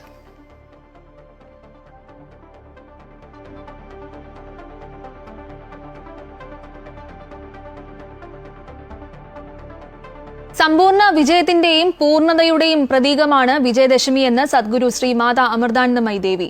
ആഘോഷം എന്നതിലുപരി നവരാത്രി വ്രതത്തിന്റെയും തപസ്സിന്റെയും സാധനയുടെയും കാലമാണ്. 9 ദിനരാത്രങ്ങളിലൂടെ അകത്തും പുറത്തുമുള്ള തിന്മകളെ ജയിച്ച് ഉള്ളിൽ ഈശ്വരനെ പ്രതിഷ്ഠിക്കുന്നതാണ് ഈ ദിനത്തിന്റെ സവിശേഷതയെന്നും അമ്മ പറഞ്ഞു. വാക്കുകൾ രക്ഷയ്ക്കും ശിക്ഷയ്ക്കും വിജയത്തിനും പരാജയത്തിനും നന്മയ്ക്കും തിന്മയ്ക്കും കാരണമാകും. അതിനാൽ വാക്കുകൾ ശ്രദ്ധയോടെ ഉപയോഗിക്കണമെന്നും വിജയദശമി സന്ദേശത്തിൽ അമ്മ പറഞ്ഞു. ആസുരശക്തികളോട് പോരാടിയാണ് ദേവി വിജയം വരിച്ചത്. അധർമ്മത്തിന്റെ മേലുള്ള ധർമ്മത്തിന്റെയും അജ്ഞാനത്തിന്റെ മേലുള്ള ജ്ഞാനത്തിന്റെയും വിജയമാണത്. ഈ യുദ്ധം ബാഹ്യമെന്നതിലുപരി ആന്തരികമാണ്. നമ്മുടെ ഉള്ളിൽ അനുനിമിഷം നടന്നുകൊണ്ടിരിക്കുന്ന യുദ്ധമാണ്. അതുകൊണ്ട് തന്നെ ആഘോഷമെന്നതിലുപരി നവരാത്രി വ്രതത്തിന്റെയും തപസ്സിന്റെയും സാധനയുടെയും കാലമാണത്. 9 ദിനരാത്രങ്ങളിലൂടെ അകത്തും പുറത്തുമുള്ള തിന്മകളെ ജയിച്ച് ഉള്ളിൽ ഈശ്വരനെ പ്രതിഷ്ഠിക്കുന്നതാണ് വിജയദശമി. ഉള്ളിൽ ഈശ്വരനെ പ്രതിഷ്ഠിക്കുക എന്ന് പറഞ്ഞാൽ ഈശ്വരനെ പുറമേ നിന്ന് കൊണ്ടുവരിക എന്നല്ല. സദാ ഉള്ളിലുണ്ടെങ്കിലും മനസ്സിലെ മാലിന്യം കാരണം നമ്മൾ അറിയാതെ പോകുന്ന ഈശ്വര സാന്നിധ്യത്തെ ഉള്ളിൽ ഉണർത്തുക എന്നതാണ്. ഈ പ്രപഞ്ചത്തിൽ മുഴുവൻ അമ്മയായ ശക്തി സ്വരൂപിണിയായ ദേവിയുടെ കൃപയുണ്ടെങ്കിൽ അതെളുപ്പം സാധിക്കും. ജാമ്പവാൻ ഹനുമാനെ സ്വന്തം ശക്തിയെക്കുറിച്ച് ബോധ്യപ്പെടുത്തിയപ്പോഴും ഭഗവാൻ അർജുനെ ഗീത പറഞ്ഞു കൊടുത്തപ്പോഴും വാക്കുകളുടെ ശക്തി ശരിയായി പ്രയോജനപ്പെടുത്തുകയായിരുന്നു. നാം മന്ദര കൈകേയിയെ ഉപദേശിച്ചപ്പോഴും ശകുനി ദുര്യോധനെ വഴിതെറ്റിച്ചപ്പോഴും വാക്കുകൾ തിന്മയ്ക്ക് വേണ്ടി ഉപയോഗിക്കുകയായിരുന്നു. വാക്കുകൾ രക്ഷയ്ക്കും ശിക്ഷയ്ക്കും വിജയത്തിനും പരാജയത്തിനും നന്മയ്ക്കും തിന്മയ്ക്കും എല്ലാം കാരണമാകാം. വാക്കുകൾ നമ്മൾ എങ്ങനെ ഉപയോഗിക്കുന്നു എന്നാണ് പ്രധാനം. അതിനാൽ വാക്കുകൾ നമ്മൾ ഏറ്റവും ശ്രദ്ധയോടെ ഉപയോഗിക്കണം. സർവചരാചരങ്ങളിലേക്കും വഴിഞ്ഞൊഴുകുന്ന പ്രമുഖവും കാരണമാണ് ദേവിയുടെ മുഖമുദ്ര. ജീവന്മാരെ സംസാരത്തിന് കരകയറ്റുക എന്നതുപോലെ തന്നെ ജീവന്മാർക്ക് ലോകജീവിതത്തിനും ആവശ്യമായതെല്ലാം നൽകി അനുഗ്രഹിക്കുന്നതിലും ഒരുപോലെ ശക്തിയുള്ളവളാണ്. ഓരോ ജീവജാലങ്ങളോടും സഹായിക്കുന്നവരുടെ നന്ദി പുലർത്തുക. അവിടെ നന്ദിയുള്ളവരായി തലകുനിക്കാനും അക്രമയ്ക്ക് പാത്രമാകാനും ശ്രമിച്ചേ പറ്റുള്ളൂ പെൺമക്കൾ. അങ്ങനെ മക്കള് നല്ല മനസ്സ് കിട്ടി കൃപ മക്കളെല്ലാം അനുഗ്രഹിക്കട്ടെ. സമ്പൂർണമായ ആദ്യാക്ഷരം കുറിച്ച് ആശാട്ടി നൽകിയ എഴുത്തോല 5 പതിറ്റാണ്ടുകളായി നിധി പോലെ സൂക്ഷിക്കുന്ന ഒരു അക്ഷരസ്നേഹി വിദ്യാരംഭ ദിനത്തിൽ അറിവിന്റെയും തിരിച്ചറിവിന്റെയും കാഴ്ച ഒരുക്കുകയാണ്. ആലപ്പുഴ ചെക്കന്നൂർ മൂലപ്പടവ് അശ്വതി ഭവനിൽ ആർട്ടിസ്റ്റ് MB മുരുകേശനാണ് തന്നെ അക്ഷരലോകത്തേക്ക് കൈപിടിച്ച് നടത്തിയ ആശാട്ടിയമ്മ കമലാക്ഷി നാരായത്തിൽ കുറിച്ച അക്ഷരക്കൂട്ടങ്ങൾ നിറഞ്ഞ എഴുത്തോല ഇന്നും അമൂല്യ നിധിയായി സൂക്ഷിക്കുന്നത്. മുരുകേശന് ഇപ്പോൾ വയസ്സ് 56. 3-ാം വയസ്സിൽ തന്നെ അക്ഷരലോകത്തേക്ക് കൈപിടിച്ചു നടത്തിയ ചെങ്ങന്നൂർ കീച്ചേരിമേൽ കൊച്ചന്തോളിൽ പ്രശാന്തിൽ കമലാക്ഷിയമ്മ എന്ന ആശാട്ടിയാണ് ആദ്യമായി മുരുകേശന് എഴുത്തോലയിൽ നാരായം ഉപയോഗിച്ച് ആദ്യാക്ഷരങ്ങൾ കുറിപ്പിച്ചത്. താൻ പഠിച്ച എഴുത്തോല വർഷം 53 കഴിഞ്ഞിട്ടും ഇന്നും ഒരു അമൂല്യനിധിയായി കാത്തുസൂക്ഷിക്കുകയാണ് ഇദ്ദേഹം. എല്ലാ നവരാത്രി ദിനങ്ങളിലും ഇവ പുറത്തെടുത്ത് പച്ചിലച്ചാർ ഉപയോഗിച്ച് അക്ഷരങ്ങൾ തെളിയിച്ച് മിനുക്കിയെടുക്കുന്ന പതിവുണ്ട് ഇദ്ദേഹത്തിന്. ഇന്ന് പ്രചാരത്തിലില്ലാത്ത പല അക്ഷരങ്ങളും ഈ ഓലയിലുണ്ടെന്ന് അദ്ദേഹം പറയുന്നു. പുതുതലമുറയ്ക്ക് ഇതൊരു കൗതുക കാഴ്ച കൂടിയാണ്. 1.5 അടി നീളവും 2 ഇഞ്ച് വീതിയും വരുന്ന പ്രത്യേക രീതിയിലുള്ള ഓലകളാണ് അന്ന് ഉപയോഗിച്ചിരുന്നത്. ഇവ ഇന്ന് ലഭ്യമല്ല. കാലപ്പഴക്കത്താൽ മിക്ക ഓലകൾക്കും തലക്കെട്ടിനും ചില കേടുപാടുകൾ സംഭവിച്ചിട്ടുണ്ട് എന്നതൊഴിച്ചാൽ അക്ഷരങ്ങളെല്ലാം തന്നെ തെളിഞ്ഞു കാണാം. ഞാൻ പഠിച്ച എഴുത്തോല ഇപ്പോഴും ഏതാണ്ട് ഒരു 50 വർഷമായിട്ട് എൻ്റെ കയ്യിലുണ്ടെന്നുള്ളതാണ്. എല്ലാ അക്ഷരങ്ങളും ഉണ്ട്. ഇന്ന് പ്രചാരത്തിലില്ലാത്ത അക്ഷരങ്ങൾ വരെ ഉണ്ട് ഇതിനകത്ത്. വള്ളിയും പുള്ളിയും ചിഹ്നങ്ങളും എല്ലാം ചേർത്തുള്ള കംപ്ലീറ്റ് അക്ഷരങ്ങൾ ഏതാണ്ട് 20-21 ഓലയോളം എൻ്റെ കൈവശമുണ്ട്. ഞാനിത് നിധി പോലെയാണ് സൂക്ഷിച്ചിരിക്കുന്നത്. വെറുതെ കൗതുകത്തിനായിരുന്നു തുടക്കം. പത്രത്താളിൽ പൊതിഞ്ഞ് പ്ലാസ്റ്റിക് കവറുകളിലാക്കിയാണ് മുരുകേശൻ ഇന്നും ഇവ നിധി പോലെ സൂക്ഷിച്ചിരിക്കുന്നത്. ഈ അമൂല്യനിധി കൂടാതെ വിവിധ രാജ്യങ്ങളിലെ കറൻസികൾ, നാണയങ്ങൾ, സ്റ്റാമ്പുകൾ, വിവിധതരം ബോട്ടിലുകൾ എന്നിങ്ങനെയുള്ള ശേഖരവും ഇദ്ദേഹത്തിന്റെ പക്കലുണ്ട്. ഫോട്ടോഗ്രാഫി ഇഷ്ടപ്പെടുന്ന ഇദ്ദേഹത്തിന്റെ പക്കൽ 300ഓളം മതിലുകളുടെ ഫോട്ടോകളുമുണ്ട്. ഇത് എന്തിനാണെന്ന് ചോദിച്ചാൽ ചിത്രങ്ങൾക്കും കഥകൾ പറയാനുണ്ടെന്നാണ് മറുപടി. വൻതുക മുടക്കി വീടുകൾ പണിയുമ്പോൾ ലക്ഷങ്ങളാണ് മതിലുകൾക്കായി ചെലവഴിക്കുന്നതെന്നാണ് ഇദ്ദേഹം പറയുന്നത്. മതിലുകൾ എന്ന പേരിൽ ഫോട്ടോ പ്രദർശനവും നടത്താൻ ഇദ്ദേഹത്തിന് താല്പര്യമുണ്ട്. കൂടാതെ പാഴ്വസ്തുക്കളിൽ നിന്ന് കലാരൂപങ്ങളും മിനിയേച്ചറുകളും ഉണ്ടാക്കുന്നതാണ് ഇദ്ദേഹത്തിന്റെ വിനോദം. ചിത്രകലാ അധ്യാപകൻ കൂടിയായ ഇദ്ദേഹം ഈ വിജയദശമി ദിനത്തിൽ കുട്ടികൾക്ക് ജീവൻ തുടിക്കുന്ന കലയുടെ പുതിയ അറിവ് പകർന്നു നൽകാൻ ഒരുങ്ങുകയാണ്. അമൃത ന്യൂസ്, ആലപ്പുഴ. പ്രശസ്ത ജന്തുശാസ്ത്രജ്ഞ ജെയിൻ ഗുഡാൾ അന്തരിച്ചു. 91 വയസ്സായിരുന്നു. ചിമ്പാൻസികളെ കുറിച്ചുള്ള പഠനത്തിലൂടെ ലോകമറിഞ്ഞ വ്യക്തിയാണ് അവർ. ചിമ്പാൻസികൾക്ക് ഒരു ഉപകരണം ഉപയോഗിക്കാൻ കാര്യക്ഷമമായി കഴിയുമെന്ന് ആദ്യമായി രേഖപ്പെടുത്തിയ വ്യക്തിയാണ് ഗുഡാൾ. ചിമ്പാൻസികളെ സംരക്ഷിക്കാൻ അതിന്റെ ആവാസ വ്യവസ്ഥയും സംരക്ഷിക്കപ്പെടണമെന്ന ആശയം ലോകത്തെ ബോധ്യപ്പെടുത്താനായിരുന്നു ജെയിൻ ഗുഡാൾ ജീവിതം മാറ്റിവെച്ചത്. ഇതിനായി ലോകം മുഴുവൻ സഞ്ചരിച്ച അവർ ഇത്തരം ഒരു യാത്രക്കിടെയാണ് കാലിഫോർണിയയിൽ മരണത്തിന് കീഴടങ്ങിയത്.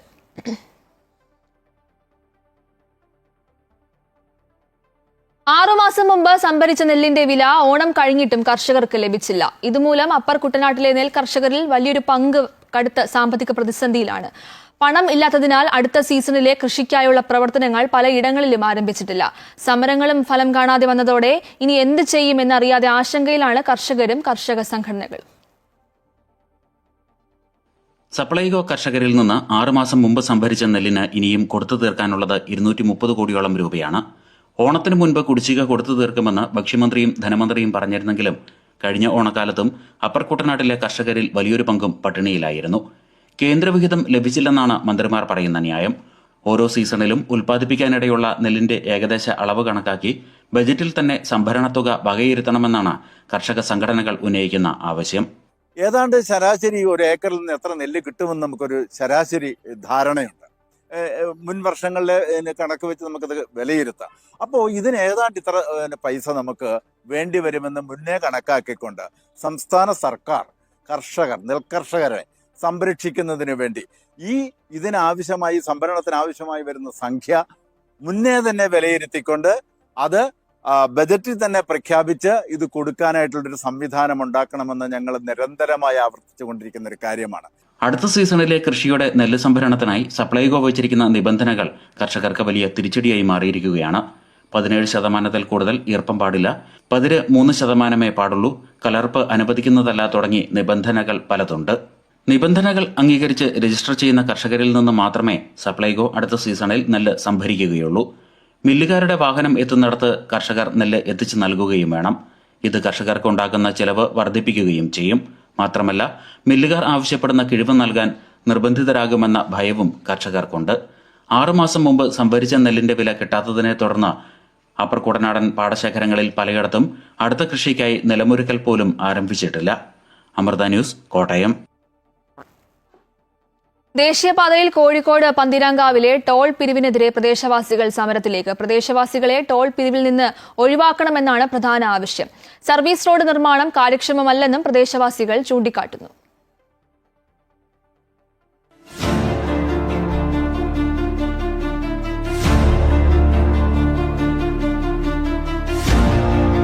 ദേശീയപാതയിൽ വെങ്ങളത്തിനും രാമനാട്ടുകരയ്ക്കുമിടയിൽ 28 കിലോമീറ്ററിൽ പന്തീരങ്കാവ് കൂടോത്തുംപാറയിലാണ് ടോൾ പിരിവിനൊരുങ്ങുന്നത്.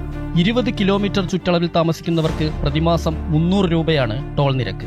അതേസമയം പ്രദേശവാസികളിൽ നിന്ന് ടോൾ ഈടാക്കരുതെന്നാണ് നാട്ടുകാരുടെ ആവശ്യം. അല്ലാത്ത പക്ഷം ശക്തമായ സമരത്തിലേക്ക് നീങ്ങുമെന്ന് പ്രദേശവാസികൾ മുന്നറിയിപ്പ് നൽകി. ഈ പ്രദേശത്തെ മുഴുവൻ ആളുകൾ ഒരുപോണം ഉന്നയിക്കുന്ന ഒരു വിഷയമാണ്. ഞങ്ങളെ സംബന്ധിച്ച് ഒളവണ്ണ പഞ്ചായത്തിന്റെ ഏറ്റവും പ്രധാനപ്പെട്ട അങ്ങാടിയെ പന്തിരാങ്കാവ്.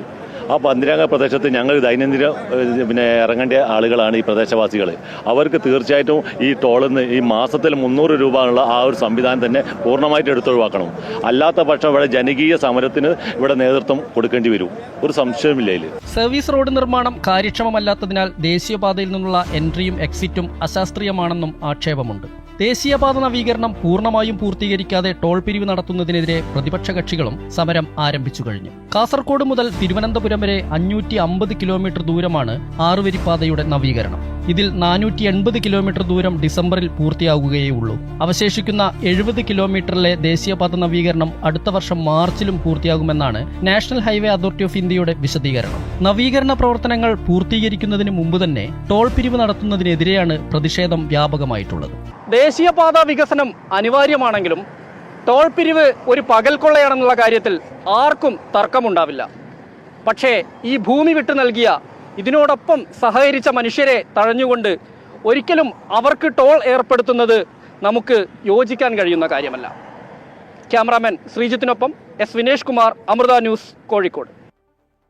കോഴിക്കോട് പന്തിരാങ്കാവിലെ ടോൾ പിരിവിനെതിരെ പ്രദേശവാസികൾ പലതരത്തിലുള്ള പ്രശ്നങ്ങളാണ് ചൂണ്ടിക്കാട്ടുന്നത്. അവരുടെ പ്രതികരണങ്ങൾ കേൾക്കാം.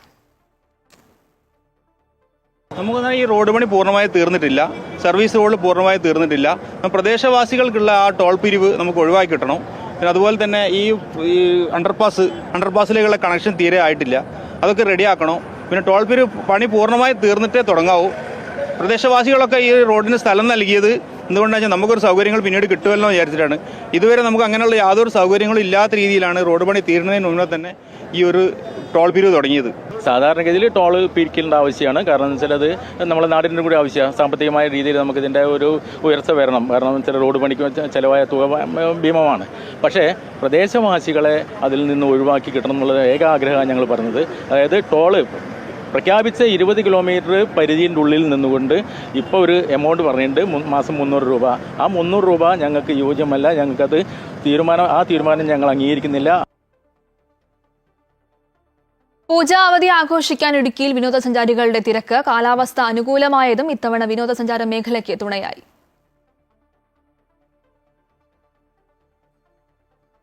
തുടർച്ചയായി അവധി ദിവസങ്ങളെത്തിയതോടെ ഏറെ സജീവമാണ് ഇടുക്കിയുടെ വിനോദസഞ്ചാര മേഖല. മൂന്നാറും വാഗമണ്ണും തേക്കടിയുമെല്ലാം സഞ്ചാരികളെ കൊണ്ട് നിറഞ്ഞു കഴിഞ്ഞു. ഓണം സീസണിൽ ഉൾപ്പെടെ ഇത്തവണ മഴ വില്ലനായിരുന്നു. എന്നാൽ പൂജാ അവധിക്കാലത്ത് കാലാവസ്ഥ അനുകൂലമായി. രാമക്കൽമേട്, തൊമ്മൻകുത്ത്, ശ്രീനാരായണപുരം, കാൽവരി മൗണ്ട് തുടങ്ങിയ വിനോദസഞ്ചാര കേന്ദ്രങ്ങളിലും തിരക്കാണ്. കാലാവസ്ഥയും പ്രകൃതി മനോഹാരിതയുമാണ് ഇടുക്കിയെ സഞ്ചാരികൾക്ക് പ്രിയപ്പെട്ടതാക്കുന്നത്. அதாவது காலையில் நாங்கள் வரும்போது 11 மணி இருக்கும். அப்போயே நல்லா மோடம் இறங்கிருச்சு. நல்லா மிஸ்ட்டு பார்க்க சூப்பராக இருந்தது. என்ன இன்னும் கொஞ்சம் நேரம் முன்னாடி வந்திருந்தோம்னா கொஞ்சம் ഫോട്ടോസ് എടുത്തിരിക്കണം. ഇപ്പോൾ എതുമേ എടുക്കാൻ முடியல. ஆனால் நல்லாயிருக்கு, இடம் சூப்பராக இருக்குது. ഞങ്ങൾക്ക് ഒത്തിരി ഇഷ്ടപ്പെട്ടു. നല്ല അടിപൊളിയാണ്. നല്ല വൈബുള്ള സ്ഥലം, എല്ലാവരും കണ്ടിരിക്കേണ്ട സ്ഥലമാണ്. നല്ല കാലാവസ്ഥ, നല്ല അടിപൊളി. ഞങ്ങൾക്ക് ഒത്തിരി ഇഷ്ടപ്പെട്ടു. അവധി ദിവസങ്ങളെത്തിയതോടെ തദ്ദേശീയ സഞ്ചാരികൾക്കൊപ്പം ഉത്തരേന്ത്യയിൽ നിന്നുള്ള ഒട്ടേറെ പേരും ഇടുക്കിയിലേക്ക് എത്തുന്നു. നീണ്ട ഇടവേളയ്ക്ക് ശേഷം വീണ്ടും ഇടുക്കിയുടെ വിനോദസഞ്ചാര കേന്ദ്രങ്ങൾ സജീവമാകുന്നതിന്റെ ആഹ്ലാദത്തിലാണ് ഈ മേഖലയെ ആശ്രയിച്ച് ജീവിക്കുന്നവരും. MC Boban, Amrita news, Idukki. പ്രകൃതിയുടെ വിസ്മയ കാഴ്ചകൾ ഒരുക്കി സഞ്ചാരികൾക്കായി കാത്തിരിക്കുകയാണ് ഇടുക്കി കാൽവരി മൗണ്ട്. ഇടുക്കി ജലാശയത്തിന്റെ ദൂരക്കാഴ്ചയും മഞ്ഞുമൂടിയ മലനിരകളും ആരുടെയും മനം കവരും. ഇടുക്കി ജില്ലയിലെ പ്രധാന വിനോദസഞ്ചാര കേന്ദ്രമാണ് കാൽവരി മൗണ്ട്. മലമുകളിൽ സഞ്ചാരികൾക്കായി പ്രകൃതിയൊരുക്കിയ മനോഹര പ്രദേശം. മഞ്ഞുമൂടിയ മലനിരകൾ, അപ്രതീക്ഷിതമായി എത്തുന്ന ചാറ്റൽ മഴ, ഒപ്പം വീശിയടിക്കുന്ന കാറ്റ്. കാറ്റിൽ മഞ്ഞു മറയുമ്പോൾ ദൃശ്യമാകുന്ന ഇടുക്കി ജലാശയം. അങ്ങനെ പറഞ്ഞാൽ തീരാത്ത കാഴ്ചകളാണ് കാൽവരി മൗണ്ടിൽ.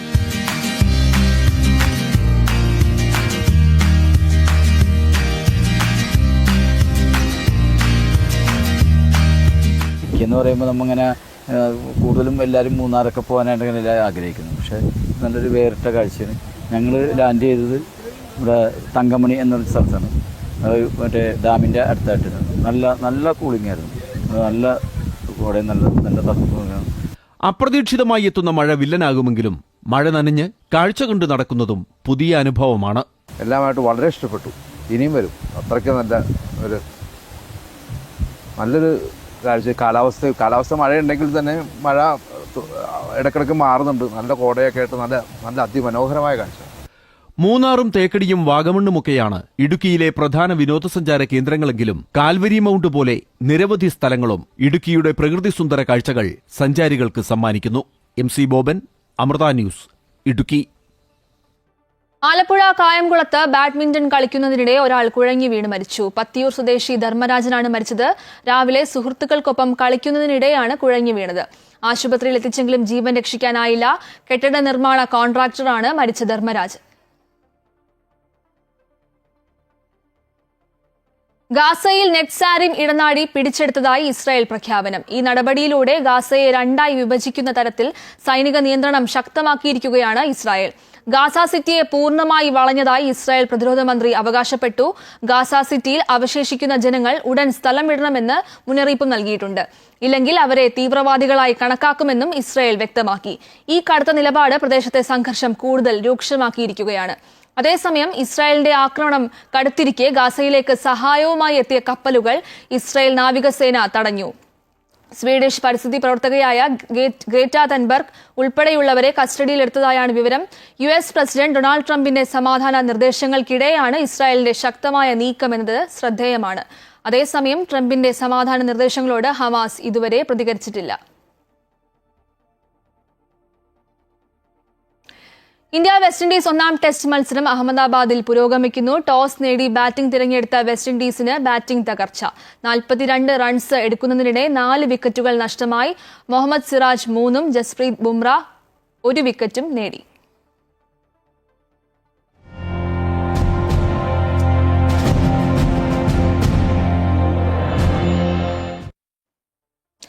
RSS ആസ്ഥാനമായ നാഗ്പൂരിൽ വിജയദശമി ആഘോഷം തുടരുന്നു. RSSന്റെ 1 വർഷം നീണ്ടു നിൽക്കുന്ന ശതാബ്ദി ആഘോഷങ്ങൾക്കാണ് തുടക്കമായിരിക്കുന്നത്. സ്വയം സേവകരുടെ പദസഞ്ചലനമടക്കം രാജ്യമെങ്ങും വിപുലമായ പരിപാടികളാണ് ഒരുക്കിയിട്ടുള്ളത്. സർസംഘചാലക് ഡോക്ടർ മോഹൻ ഭാഗവത് നാഗ്പൂരിൽ പ്രവർത്തകരെ അഭിസംബോധന ചെയ്തു. ഗാന്ധിജി നൽകിയ സംഭാവനകൾ വിലമതിക്കാനാവാത്തതെന്നും അദ്ദേഹത്തെ ആദരിക്കുന്നുവെന്നും RSS സർസംഘചാലക് ഡോക്ടർ മോഹൻ ഭാഗവത് പറഞ്ഞു. ഗാന്ധിജി അനീതിയിൽ നിന്ന് സംരക്ഷിച്ചുവെന്നും നാഗ്പൂരിലെ വിജയദശമി റാലിയിൽ ഭാഗവത് പറഞ്ഞു. हमारे लिए हम केवल उनके पड़ोसी हैं इसलिए नहीं, वो सब हमारे अपने देश है, इसलिए चिंता का विषय है. हितरक्षण से भी ज्यादा ये जो हमारा आत्मीयता का संबंध है, अपनेपन का संबंध है, उसके चलते ये चिंता होती है. परिस्थितियां ऐसी है, जैसा मैंने कहा, दोनों प्रकार है. सुखदायक रूप बहुत दिखता है, सुख सुविधा बढ़ी, मनुष्य के ज्ञान की विज्ञान की प्रगति हुई, व्यवस्थाएं आरामदायक बनी, राष्ट्र पास आए, माध्यमों के जरिए भी और आर्थिक लेन देन के जरिए भी. परंतु इस परिवर्तन की विज्ञान और तकनीकी की गति इतनी ज्यादा है कि मनुष्यों की गति का बदलने की और उसका तालमेल नहीं बैठ रहा है. इसलिए भी मनुष्य जीवन में कई प्रकार की समस्याएं, युद्ध, अन्य छोटे बड़े कलह, ये तो सब चल ही रहे. प्रकृति के उग्र प्रकोप को हम अनुभव कर रहे हैं, लेकिन परिवारों में भी टूटन आ रही है. नागरिक जीवन में बढ़ता हुआ अनाचार, अत्याचार दिखाई देता है.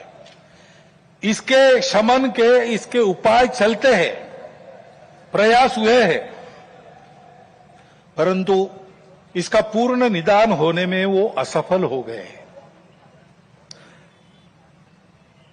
और उसके ऊपर अस्वस्थता, कलह, हिंसा को बढ़ाते हुए विश्व में सब प्रकार की परंपरा, मांगल्य, संस्कृति, श्रद्धा, इसका संपूर्ण विनाश ही आगे परिवर्तन लाएगा. ऐसी उल्टी विचारधारा, विपरीत विचारधारा और घातक विचारधारा लेकर चलने वाला एक नया पंथ उदय में आया. बहुत രാഷ്ട്രീയ സ്വയം സേവക് സംഘ് ശതാബ്ദിയുടെ നിറവിൽ 1925 വിജയദശമി ദിനത്തിലാണ് RSS എന്ന സംഘടനയ്ക്ക് തുടക്കമാകുന്നത്.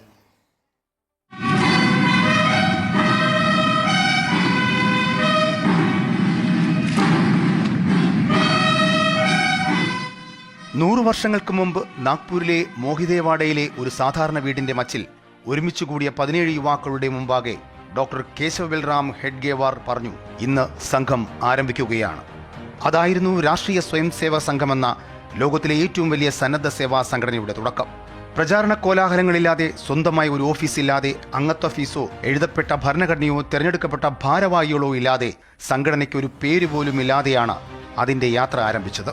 1925 വിജയദശമിയുടെ പവിത്ര മുഹൂർത്തത്തിലാണ് ഒരു പ്രഖ്യാപനത്തിലൂടെ സംഘം തുടങ്ങിയത്. അങ്ങനെ കൂടിയ ഒരു കൂട്ടം പൗരന്മാർ രാഷ്ട്രീയ സ്വയം സേവക സംഘമായി രൂപപ്പെട്ടു. രാഷ്ട്രത്തിന്റെ വളർച്ചയ്ക്കുള്ള അച്ചടക്കമുള്ള കൂട്ടായ്മയായി ആ മഹാപ്രസ്ഥാനം വളർന്നു. സമൂഹത്തിന്റെ സംഘടനയെന്നാൽ സമൂഹവും സംഘവും സമകേന്ദ്രീകൃതവും സമവ്യാപ്തവും ആക്കുക എന്നർത്ഥം. സംഘം മുന്നോട്ട് വയ്ക്കുന്ന ആശയം ഭാരതീയ രാഷ്ട്രസങ്കല്പവുമായി ബന്ധപ്പെട്ടതാണ്. ഭാരതത്തെയും അതിലെ ജനങ്ങളെയും ദേവീരൂപത്തിൽ ഭാരതാംബയായി കണ്ട് സേവനം ചെയ്യുകയും ഭാരതത്തിന്റെ ആത്മീയ ധാർമ്മിക മൂല്യങ്ങളെ സംരക്ഷിക്കുകയും ഭാരതത്തിലെ ഹിന്ദുക്കളുടെ താൽപ്പര്യങ്ങൾ സംരക്ഷിക്കുകയുമാണ് ഈ സംഘടനയുടെ പ്രഖ്യാപിത ലക്ഷ്യം. ഹൈന്ദവം എന്നത് ഒരു മതമല്ല, മറിച്ചൊരു ജീവിത രീതിയാണെന്ന് RSS വിശ്വസിക്കുന്നു. സർസംഘചാലക് പദവിയാണ് RSSലെ ഏറ്റവും ഉയർന്ന പദവി. ഈ സ്ഥാനം നിശ്ചയിക്കുന്നത് മുൻഗാമിയായിരിക്കും. 2009 മുതൽ ഇന്നുവരെ ഡോക്ടർ മോഹൻ മധുകർ ഭാഗവതാണ് സർസംഘചാലക് പദവിയിലുള്ളത്. ശാഖ എന്നത് ശിഖിരം എന്നർത്ഥം വരുന്ന ഹിന്ദി പദമാണ്. RSSന്റെ സംഘടനാപരമായ പ്രവൃത്തികൾ നടത്തുന്നത് സംഘശാഖകൾ മുഖേനയാണ്. പൊതുസ്ഥലത്ത് 1 മണിക്കൂർ നിയമേന നടത്തപ്പെടുന്ന കൂടിച്ചേരലാണ് സംഘശാഖ. സംഘശാഖയിൽ പങ്കെടുക്കുന്ന വ്യക്തികളാണ് സ്വയം സേവകർ. കളികൾ, കായിക പരിപാടികൾ, സുഭാഷിതം, ദേശഭക്തി ഗാനങ്ങൾ, അമൃതവചനം, കഥകൾ, പ്രാർത്ഥന തുടങ്ങിയവ കൂടിച്ചേരുന്നതാണ് ശാഖ. സാമൂഹിക സേവനം, സാമൂഹിക അവബോധം വളർത്തൽ, ദേശസ്നേഹം വളർത്തൽ തുടങ്ങിയവയും മറ്റു പ്രവർത്തനങ്ങളാണ്. സംഘത്തിന്റെ ഔദ്യോഗിക വേഷത്തെ ഗണവേഷമെന്നാണ് അറിയപ്പെടുന്നത്. പ്രതിഫലം കൂടാതെ മുഴുവൻ സമയം പ്രവർത്തിക്കുന്ന പ്രവർത്തകരാണ് RSS പ്രചാരകർ. RSSനൊപ്പം നിൽക്കുന്ന സംഘപരിവാർ സംഘടനകളും ഏറെയുണ്ട്. RSSനെ 3 തവണ നിരോധിക്കപ്പെട്ടു. 1948 മഹാത്മാഗാന്ധി വധിക്കപ്പെട്ടതിന് പിന്നാലെയായിരുന്നു ആദ്യത്തെ നിരോധനം. RSS സംഘടനാ പ്രവർത്തകർ അപകടകരമായ പ്രവർത്തനങ്ങൾ നടത്തിയെന്നാരോപിച്ച് സർദാർ വല്ലഭായ് പട്ടേലിന്റെ നേതൃത്വത്തിലുള്ള കേന്ദ്ര ആഭ്യന്തര മന്ത്രാലയമാണ് നിരോധനം അന്ന് ഏർപ്പെടുത്തിയത്. എന്നാൽ രാഷ്ട്രീയ പ്രവർത്തനത്തിൽ നിന്നും മാറി നിൽക്കുമെന്ന അനൌദ്യോഗിക ഉറപ്പിന്മേൽ 18 മാസങ്ങൾക്ക് ശേഷം പട്ടേൽ തന്നെ നിരോധനം പിൻവലിച്ചു.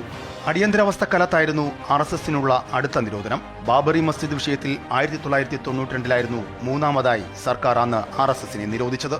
എന്നാൽ കേന്ദ്ര ട്രൈബ്യൂണലിന് മുമ്പാകെ നിരോധന നടപടിയെ വിശദീകരിക്കുന്നതിൽ സർക്കാർ പരാജയപ്പെട്ടു. News desk, Amrita news.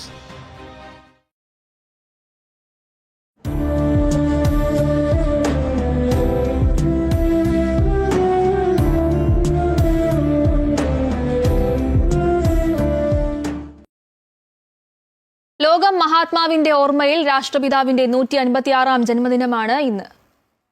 Raghupati Raghav राजा राम पतित पावन सीताराम.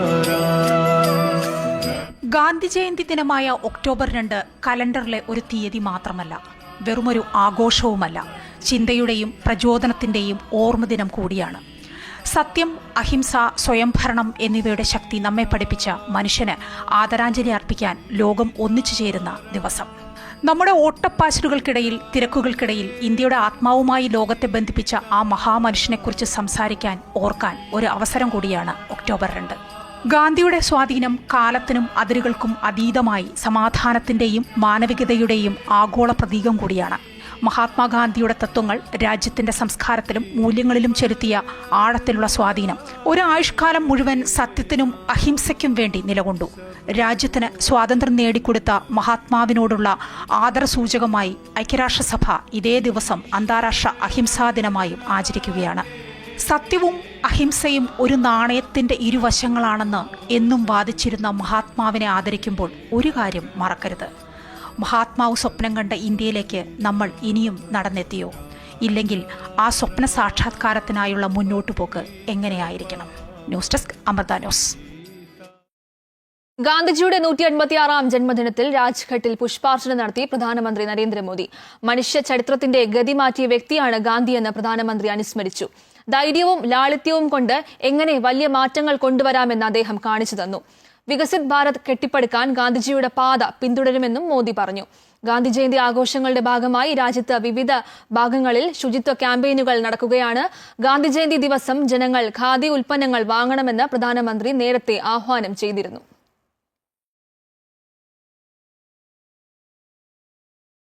രാഷ്ട്രപിതാവിന്റെ സ്മരണകൾ ഉണർത്തി പത്തനംതിട്ട വടക്കടത്തുകാവിലെ ഗവൺമെന്റ് ഹയർ സെക്കൻഡറി സ്കൂളും സ്കൂൾ പരിസരത്തെ ആൽമരവും. ഹരിജനോദ്ധാരണ ഫണ്ട് ശേഖരണാർത്ഥം മഹാത്മാഗാന്ധി കേരള സന്ദർശനം നടത്തിയപ്പോഴാണ് ഇവിടേക്ക് എത്തുന്നത്. ഇവിടെ ആൽമര ചുവട്ടിലിരുന്ന് ജനങ്ങളുമായി സംവദിച്ചു. പൂർവികർക്ക് ലഭിച്ച ആ സന്ദർഭത്തെ ഓർത്ത് ഇന്നും അഭിമാനം കൊള്ളുകയാണ് ഇവിടത്തുകാർ. 1934 ജനുവരി 19 ഹരിജനോദ്ധാരണ ഫണ്ട് ഏറ്റുവാങ്ങാനും SNDP മന്ദിരമായ TK മാധവസുധത്തിന് ശിലാസ്ഥാപനം നടത്താനുമാണ് രാഷ്ട്രപിതാവ് അടൂരിലെത്തിയത്. അടൂരിൽ നിന്നും വില്ലുവണ്ടിയിൽ വടക്കെടുത്തുകാവിലേക്ക്. വഴിയിലുടനീളം ജനം ആവേശത്തോടെ സ്വീകരിച്ചു. വടക്കെടുത്തുകാവിൽ ഇപ്പോഴത്തെ ഗവൺമെന്റ് ഹയർ സെക്കൻഡറി സ്കൂൾ സ്ഥിതി ചെയ്യുന്ന സ്ഥലത്തെ ആൽമര ചുവട്ടിൽ ജനങ്ങളുമായി സംവദിച്ചു. അദ്ദേഹം കേരളം സന്ദർശിച്ച കൂട്ടത്തിൽ അടൂരിലെ പല സ്ഥലങ്ങളിൽ എത്തുകയും പിന്നീട് അവിടെ നിന്ന് അടൂരിൽ നിന്നും വില്ലുവണ്ടിയിൽ ഇവിടെ കടന്നു വരുന്നതായും പിന്നീട് ഇവിടെ ഇരുന്ന് ഹരിജന ഉദ്ധാരണ ഫണ്ട് ശേഖരിക്കുകയും ചെയ്യുന്നതായിട്ടാണ് ചരിത്രം പറയുന്നത്. യഥാർത്ഥത്തിൽ ഞങ്ങൾ ഈ നാട്ടിൽ ജനിച്ചത് വളരെയധികം ഭാഗ്യമുള്ളവരായിട്ടാണ് ഞങ്ങൾ കരുതുന്നത്. കാരണം മഹാത്മജിയുടെ പാദസ്പർശമേറ്റ ഈ മണ്ണിൽ ജനിക്കാൻ സാധിച്ചത്, പിന്നീട് അദ്ദേഹം ഇവിടെ വന്നിരുന്ന ഈ സ്കൂളിൽ പഠിക്കുവാൻ സാധിച്ചതൊക്കെ വലിയ ഒരു നേട്ടമായി, ഒരു ഭാഗ്യമായി കരുതുന്നവരാണ് ഞങ്ങൾ. 2012 ജില്ലാ പഞ്ചായത്ത് സ്കൂൾ പരിസരത്തെ ആൽമര ചുവട്ടിൽ മഹാത്മാഗാന്ധിയുടെ പ്രതിമ സ്ഥാപിച്ചിരുന്നു. എന്നാൽ 2 വർഷം മുൻപ് ആൽമരത്തിലെ ശിഖരം മുറിച്ചു മാറ്റിയപ്പോൾ പ്രതിമയ്ക്ക് കേടുപാട് സംഭവിച്ചു. പിന്നീട് നാട്ടുകാരുടെ പ്രതിഷേധത്തെ തുടർന്ന് വീണ്ടും ജില്ലാ പഞ്ചായത്തിന്റെ ഫണ്ട് ഉപയോഗിച്ച് പുതിയ പ്രതിമ സ്ഥാപിക്കുന്നതിനുള്ള പ്രവർത്തനങ്ങൾ പുരോഗമിക്കുകയാണ്. അമൃത ന്യൂസ്, പത്തനംതിട്ട. മുൻ പ്രധാനമന്ത്രി ലാൽ ബഹദൂർ ശാസ്ത്രിയുടെ ജന്മദിനത്തിൽ അദ്ദേഹത്തിന് ആദരമർപ്പിച്ച് പ്രധാനമന്ത്രി നരേന്ദ്രമോദി. അദ്ദേഹത്തിന്റെ സമാധി സ്ഥലമായ വിജയ്ഘട്ടിലെത്തിയാണ് പ്രധാനമന്ത്രി പുഷ്പാർച്ചന നടത്തിയത്.